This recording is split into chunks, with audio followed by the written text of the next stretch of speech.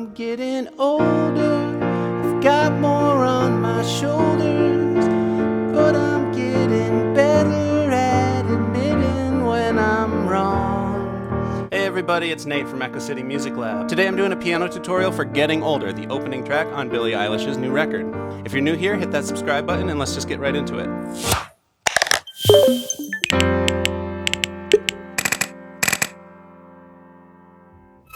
Okay, so I'm going to teach you the chords and rhythms to accompany yourself while you sing this. Then I'll go back and add a few more optional fancy details, and then I'll do a full cover so you can see it all together. And I recommend getting the chord chart. I put a link down in the description. That way you can follow along and see where the words line up with the chord. And so far the other chord charts I found online for this are not accurate. So we can break this into two chord progressions. We'll call it chord progression 1 and chord progression 2. And both the verses and the choruses use these two chord progressions. Real quick, we're in the key of B flat major, so it's pretty much all white keys except for B's and E's are flat.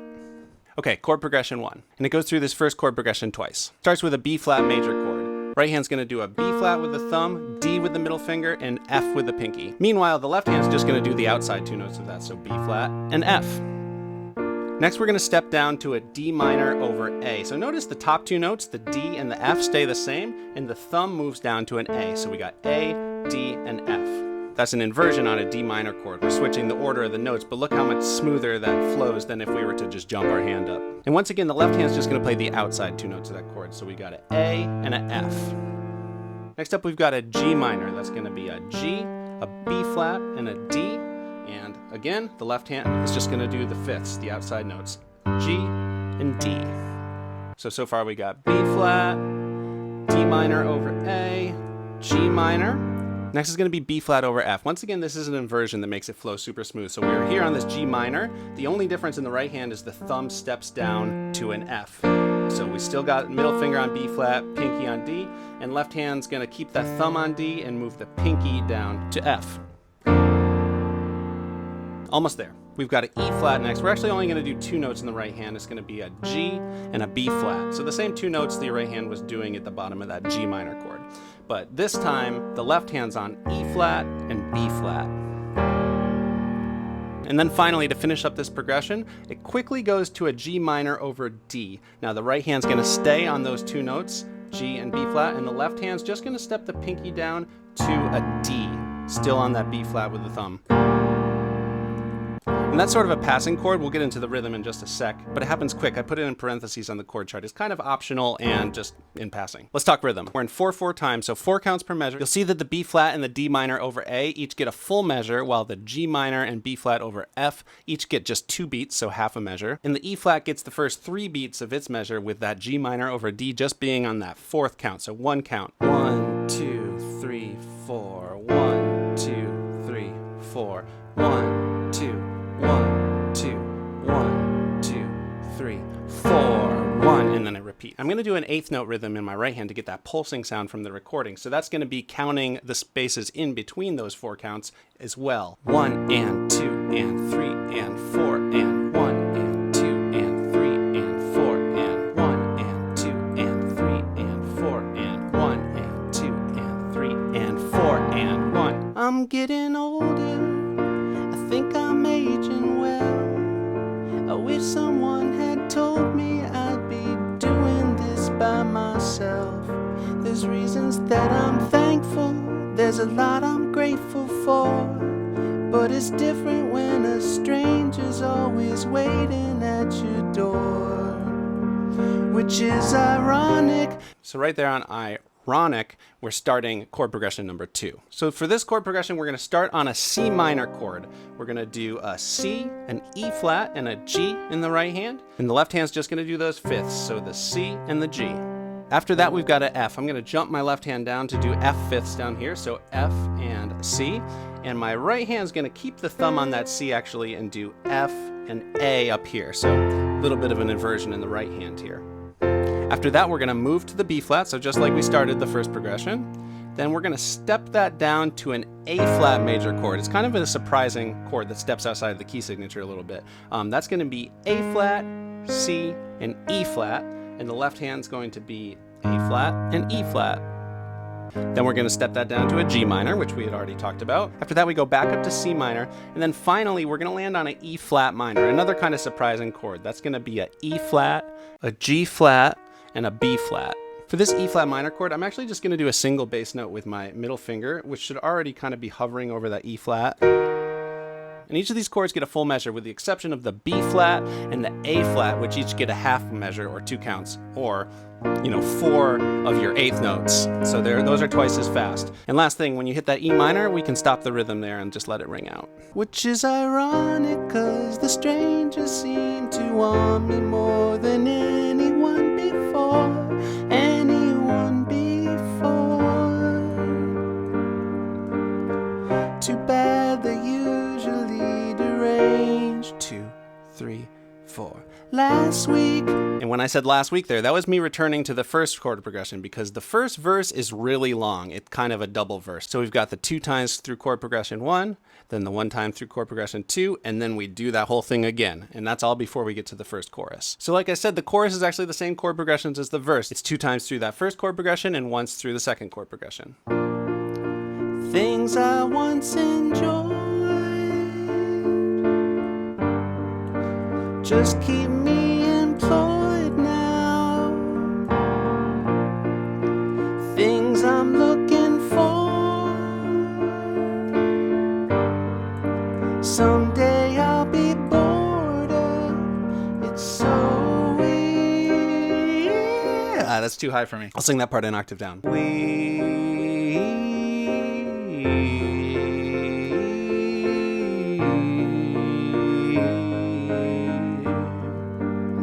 We care so much until we don't.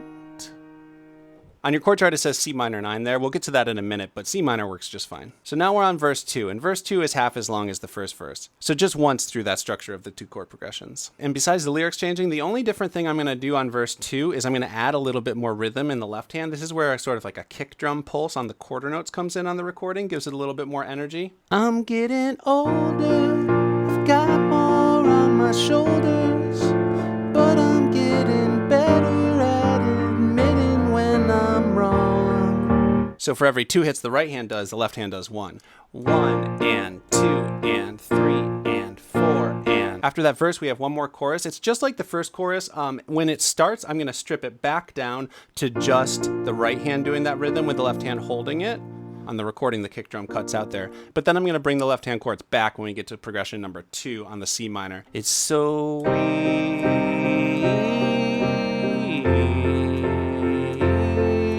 We're almost done. All we've got left is the outro, which is basically like a third verse, except it's cut really short. It never goes to the second chord progression. It just does the first one. And the second time around, it never even gets to the E flat. It just cuts out. And we're stripping it back to just the right hand rhythm. But next week, I hope I'm somewhere laughing. For anybody asking, I promise I'll be fine. I've had some trauma, did things I didn't wanna, was too afraid to tell you, but now I think it's time. So time is just by itself there.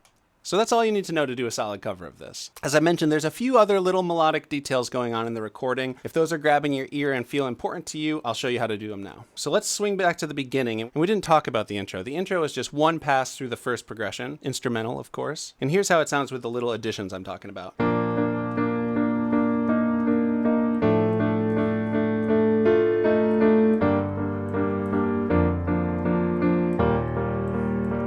I'm getting older. So that's the verse starting. So the little melodies only happen on the first 2 chords. So we're on the B flat chord, and actually here I'm not gonna do the pinky on F. I'm just gonna do the B flat and the D so that the melody note really sticks out as the highest thing. And thinking about those eighth notes, we do 1 and 2 and 3 and 4 and so on. The and 4 and the top note steps back and forth between an E flat, I'm doing that with the 4th finger, and the D it was on before.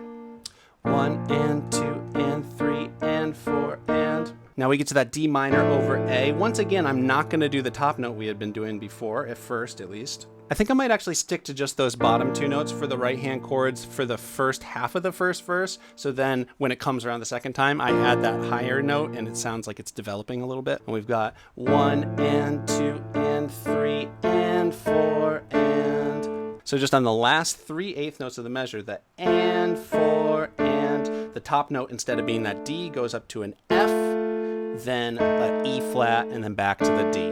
1 and 2 and 3 and 4 and 1 and 2 and 3 and 4 and you'll notice on the recording you'll hear that little melody on the keyboard throughout the entire thing, the verses and the choruses as well. For my version, I'm just going to play it in the intro where that's kind of the focus, because otherwise trying to execute that while I'm also singing will just take my mind off of doing a good job with the singing. But if you like doing it every time and it doesn't feel too tricky to coordinate with the vocals, go for it. The other spot where I wanted to add some extra melody comes at the end of the second progression. So right after we've done that little step down from the B flat major to the A flat major and we've landed on G minor for a full measure, you'll hear on the recording there's this little bum bum bum bum bum bum.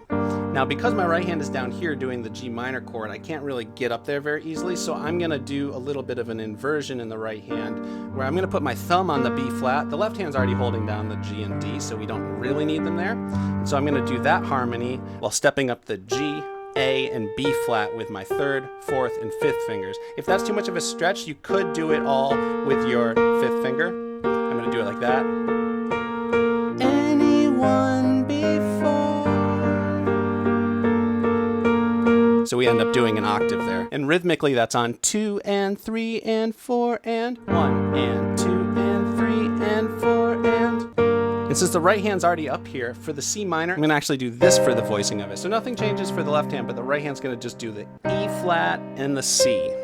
Too bad they're usually deranged. So nothing changes for that E flat minor chord. So that's what I'm going to do the very first time that second chord progression comes around. On all the subsequent times that comes around, on that C minor, I'm going to do a C minor add 9. So instead of that C there, I'm actually going to do a D. You can hear that in the synth on the recording.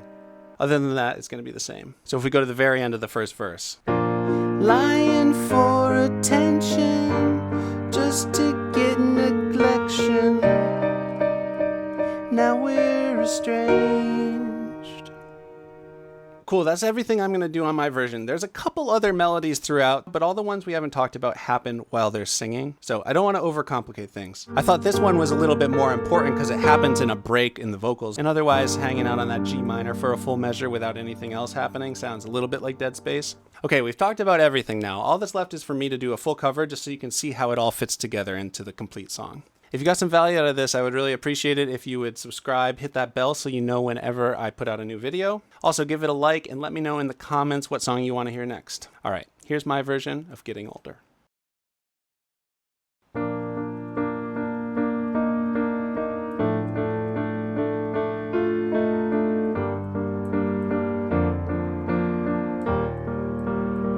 I'm getting older, I think I'm aging well.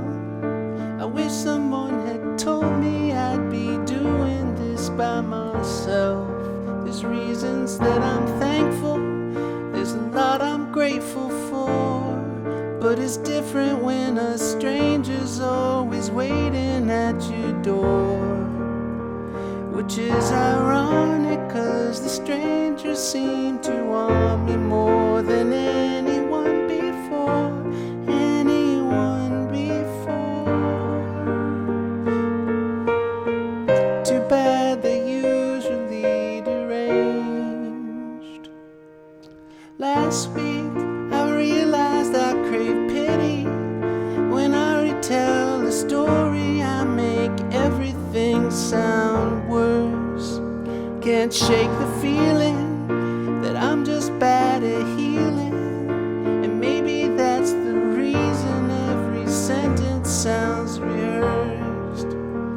Which is ironic, because when I wasn't honest, I was still being ignored, lying for attention, just to get neglection. Now we're estranged. Things I once enjoyed just keep me employed now.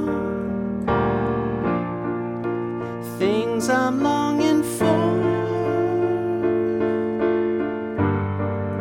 someday I'll be bored of. It's so weird.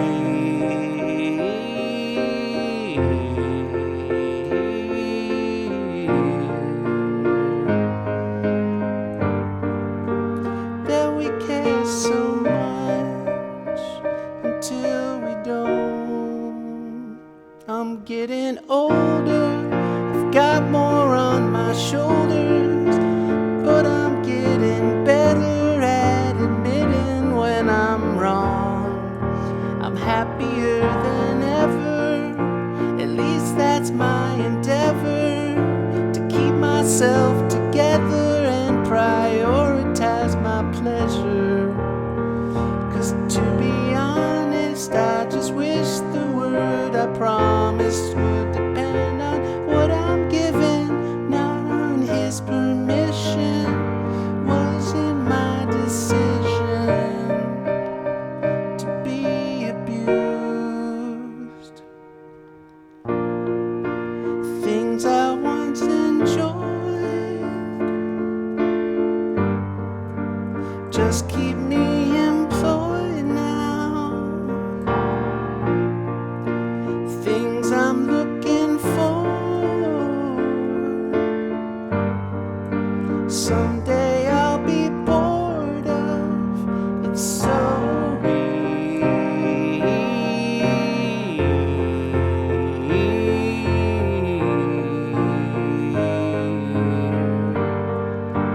that we care so much until we don't.